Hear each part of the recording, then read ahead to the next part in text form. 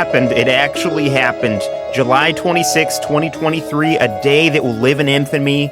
We saw 3 brave, honorable men report to Congress on unexplainable things that they're seeing in our lands and oceans above our skies. These guys, they're sworn in under oath. They have no real motive to lie. In fact, they have every motive not to lie since they're under oath. They explained that they saw things, non-human biologics on craft that they have recovered. Let's break down how fucking crazy that is. In the words of Chris Tucker in Rush Hour, do you understand the words that are coming out of my mouth? Not only did they say the U.S. government was involved in recovering craft, but there was evidence of non-human biologics on the craft. We are not alone. This is the biggest news story of our time, and it seems like some people don't want to talk about it, or they just can't believe it. Now, I understand that we want to see evidence. I want to see evidence. Carl Sagan said extraordinary claims require extraordinary evidence. I agree with that. But I think that the evidence is coming, and their testimony, I think, could be construed as evidence since they're under oath and they have no reason to lie. So I think we just need to be patient. A lot of people, I think, are feeling like they are finally vindicated. You know, stories about alien encounters have been happening for a very, very long time. And I'm not saying these are little green men. I'm saying, under oath, an intelligence officer with 14 years in the Air Force has said that there are non-human biologics found on recovered craft. Let me just explain Grush, because it seems like David Fravor and Ryan Graves are more believable because they're both fighter pilots. They saw things in training that break physics, basically. Not only with their instruments on their aircraft and not only with the instruments on the carriers that were around the aircraft, but with their own eyes, visual confirmation, radar confirmation. Those two people, the people that are listening to the hearing, they seem believable. And at the very least, if they seem believable, then there are things above us that we can't understand, that we can't intercept. We don't have control over our own airspace, which is a scary thought. But even if you just take what they said, that's terrifying. There are craft above us that are unexplainable, that break physics, that move in ways that we don't have the technology to.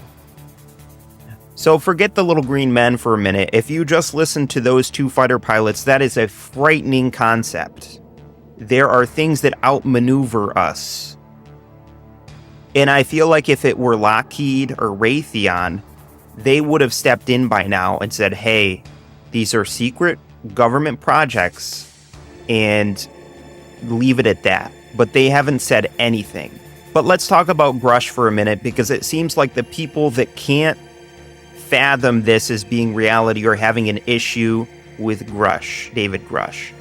He was the non-pilot on the panel. His job as an intelligence officer was to interview people in the Air Force that have seen these unexplained craft. He is literally Will Smith in the movie Men in Black.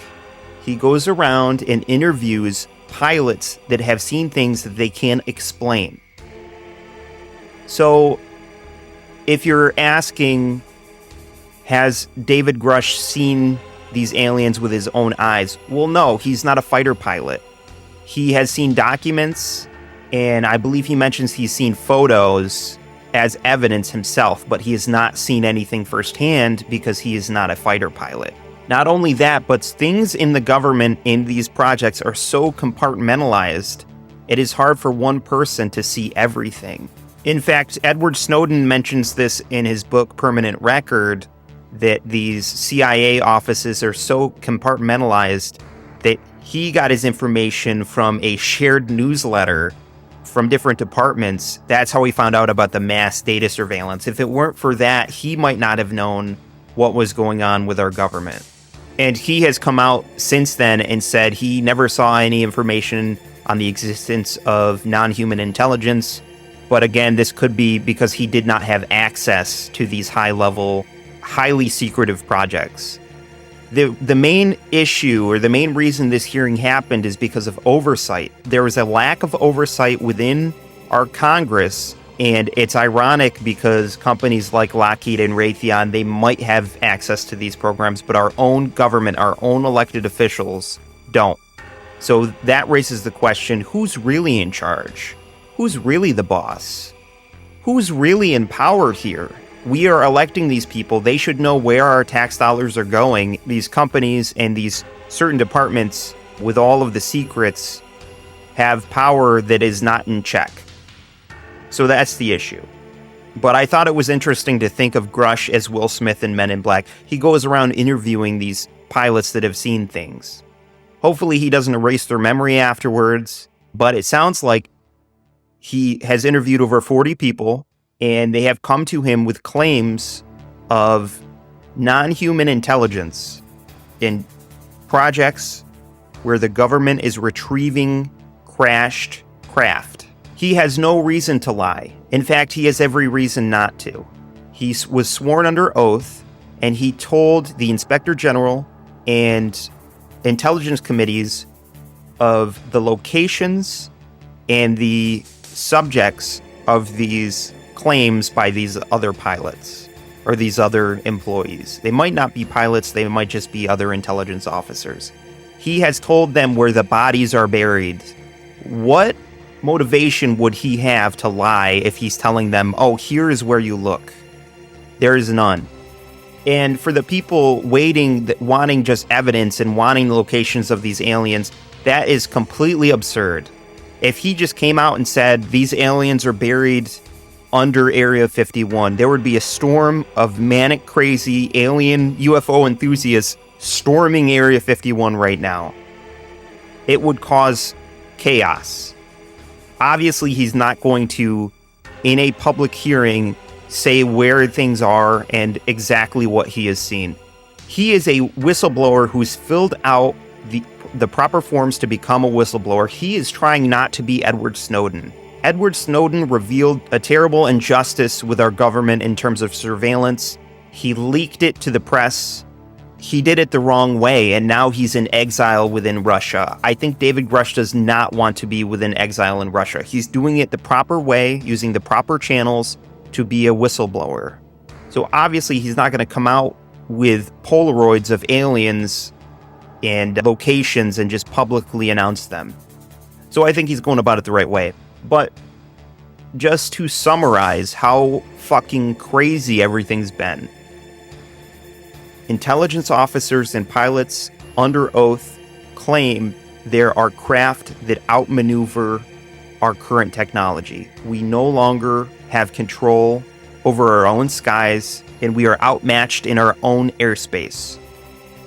So even if you don't believe the things that Grush says and you think he has some reason to lie, the two pilots that were part of the panel suggested there are things out there that they have seen with their instrumentation and their eyes that outmaneuver us, and we would be shit out of luck if we ever went against them. If you want to believe Grush's claims, which I have every reason to, I have no reason to doubt him because he's under oath and he's telling the intelligence agencies and the Inspector General of where these things are, then there are non-human intelligence found, non-human biologics found on craft that are a part of a multi-decade long retrieval program.